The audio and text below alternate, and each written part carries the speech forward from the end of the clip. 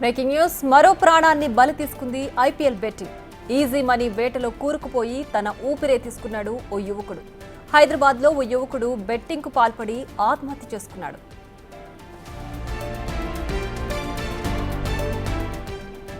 గద్వాల్ జిల్లాకు చెందిన పవన్ మాసప్ ట్యాంక్లోని ఓ కాలేజీలో ఎంటెక్ చదువుతున్నాడు.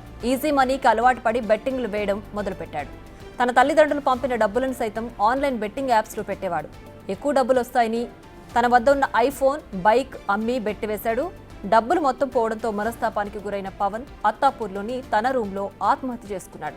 సమాచారం అందుకున్న పోలీసులు కేసు నమోదు చేసి దర్యాప్తు చేస్తున్నారు. పవన్ మరణ వార్త విని అతని తల్లిదండ్రులు కన్నీరు మున్నీరవుతున్నారు.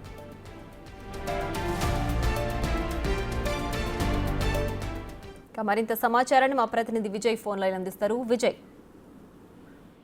ప్రియా, బెట్టింగ్ మహమ్మారికి మరొక విద్యార్థి కూడా బలయ్యాడు. అత్తాపూర్ రెడ్డి బస్తీలోని తన రూమ్ లోనే ఫ్యాన్ కు ఊరేసుకొని ఆత్మహత్యకు పాల్పడ్డాడు. గద్వాల్ జిల్లాకు చెందినటువంటి పవన్ అనేటువంటి విద్యార్థి మాసప్ ట్యాంక్ లోని జేఎన్టీలో ఎంటెక్ చదువుతున్నాడు పవన్. అయితే ఇటీవల కాలంలో బెట్టింగ్స్ కు అలవాటైనటువంటి పవన్ చాలా చోట్ల కూడా డబ్బులు తీసుకొని, అలాగే తనకున్నటువంటి మొబైల్ ఫోన్ ను, తన రాయల్ ఎన్ఫీల్డ్ బైక్ ను కూడా తాకట్టు పెట్టి అమ్ముకొని ఈ బెట్టింగ్ కూపంలో దిగి డబ్బులు తక్కువ సమయంలో ఎక్కువ డబ్బులు సంపాదించవచ్చు అనేటువంటి ఈ ఆలోచనతో ఈ బెట్టింగ్ కూపంలోకి దిగి తన జీవితాన్ని తన చేతులారా కోల్పోయినటువంటి పరిస్థితి కనిపిస్తా ఉంది. తల్లిదండ్రులు పంపించినటువంటి, అంటే ఆయన చదువు నిమిత్తము, ఖర్చుల నిమిత్తము తల్లిదండ్రులు పంపించినటువంటి డబ్బులను సైతం కూడా ఈ బెట్టింగ్ లోనే పెట్టి కోల్పోయినటువంటి పవన్ తను ఒక్కసారిగా లక్షల రూపాయల డబ్బులు పోగొట్టుకోవడంతో తీవ్ర మనస్తాపానికి గురయ్యి బలవన్ మరణానికి పాల్పడ్డాడు.